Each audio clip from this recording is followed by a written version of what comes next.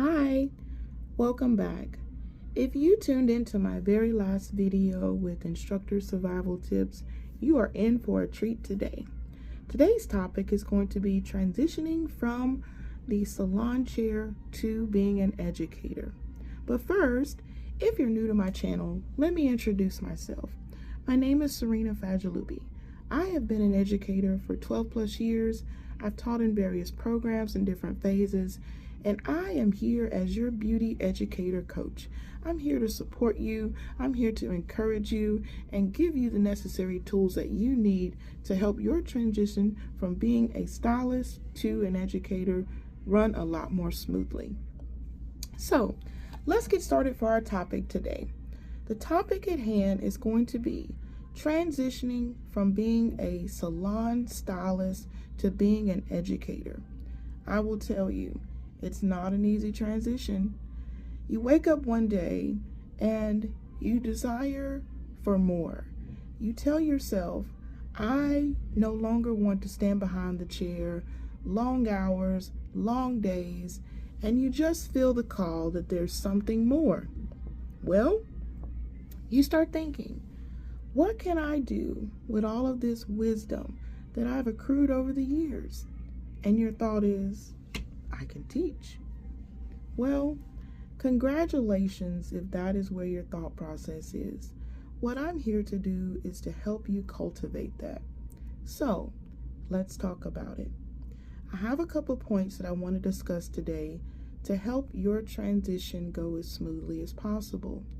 I will tell you, from my last video, I'm going to keep that same common thread, and that is routine is key. It's not always about how you do the things that you do, in the fact that students can count on you to be dependable, to be loyal, and be consistent. So, my first thought process that I want to talk about for today is how to change your mindset. Oftentimes, new instructors feel intimidated by the lack of experience or the lack of the skill set. What I will tell you is, whatever school you decide to employ yourself at, picture this. You are there to give those students something that they may have never encountered before. Whether it's love, whether it's support, whether it's understanding, whether it's just encouragement, whether it's just to be there as a listening ear. Some students do not have this at home. So I want you to think about it this way. Being an educator is first servitude. It is learning how to serve someone else on your good days, on your bad days, maybe the days that you don't feel as motivated. This is what education is about. I know in the salon, we have this culture that if someone stresses us, if they're too much of a high maintenance client, we block and delete them. We move on. We look for bigger fish in that pond. But as an educator, we're not always able to do that. We have to ride the wave. We have to deal with the ups and downs. We have to show up every day and put our best foot forward. So, changing your mindset is going to be essential. I know for some of you, maybe you've owned your own salon. Maybe you've been a booth renter. Maybe you've worked for a commercial-based salon. And they did not exactly have the type of rules and regulations that may come with being an educator. And that's okay. Learning is going to be your best means of support. What you don't know, just inform others. Don't feel bad about not knowing everything there is to be about being an educator. You will definitely grow into the role if this is what you have in your heart. What changing your mindset will do for you is allow you to see things from a different perspective. A lot of times we see students as fellow co-workers and not as students who don't exactly know everything there is to know about hair. So by taking a step back, it allows you to see things from their perspective. Realizing that the times have changed. You are no longer their stylist. You are no longer the salon manager. You are no longer the salon owner. You are the educator. So what that means is that brings a certain level of accountability. Your thought process should be that I am the one that's going to allow these students to go into the industry with as many tools as I can give them. That means shopping around for resources. That means asking the right questions. But most importantly, that means accountability.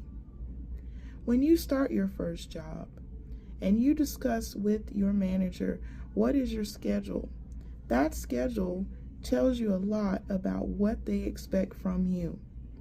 If your schedule is 2 days a week, 3 days a week, 5 days a week, questions I would ask is, what's the earliest I can be here to start my day? What's the latest I can be here to start my day? And what would you like me to accomplish in my day? I'll tell you, if your employer says that you can arrive at 10 a.m., get there at 10 a.m. If your employer says you can arrive at 11 a.m., get there at 11 a.m. Some places are very good about giving you planning time and things like this to help you organize your day or your week, but take what you have and multiply it. If it's a case where you know that Mondays are your most stressful day, plan ahead for your Mondays. Plan for Monday on Saturday or Sunday. Plan for a Friday on a Wednesday or a Thursday. That way you're not walking into your day frustrated, overwhelmed, anxious, and feeling like you have all this emotion that you don't know how to process. I will tell you, from my years of experience, I've had days where I've walked in and I was prepared, and I've also had days where I walked in and I was not. And I will tell you, I will pick a day of being prepared 10 times more than a day of not being prepared.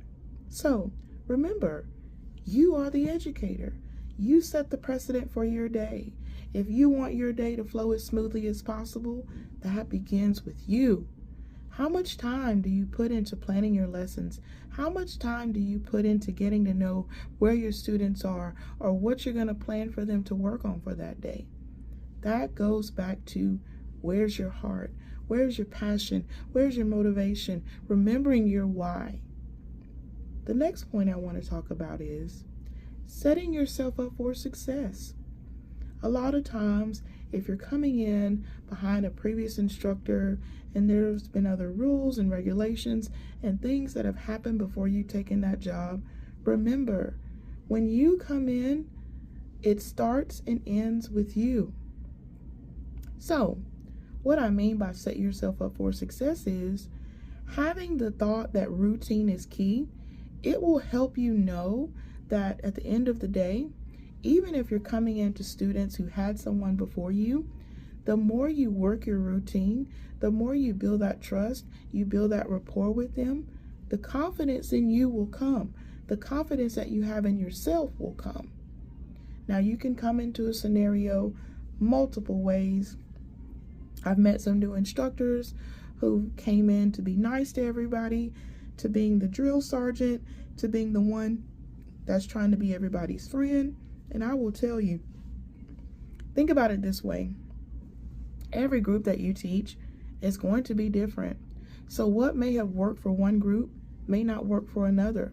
So this is going to encourage you to do the background work. Put as much thought as you can into your day, your week, your month, and your modules. Do everything possible that you can do to prepare yourself for a successful day. It's a great feeling when you know that you've put in the time and the effort to make your lesson plan go as great. And that day that the student says, you know what, I get it, or I appreciate that you taught me this a new way, or I appreciate that you took the time to spend the one-on-one with me to make sure I understand this. That all goes back to the heart and the mind frame of an educator. Remember, you have to separate being a stylist from an educator. Stylists come in and they may not always show up on time. They may fly in the door 5 minutes before their starting day. They may cancel appointments. They may do all those things. But as an educator, you have a different expectation.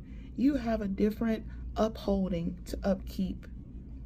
The future of the next beauty professionals depends on you.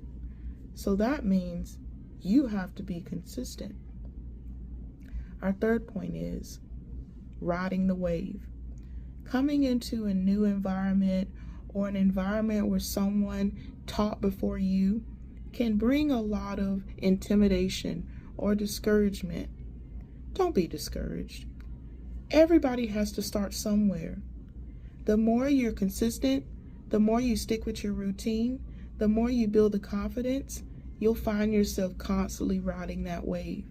You'll have days that students may want to question your judgment or why you're there, or may even say something like, oh, so-and-so taught me this, but I don't like the way you teach me, or maybe it was better when someone else was here, or I just don't like you as my teacher.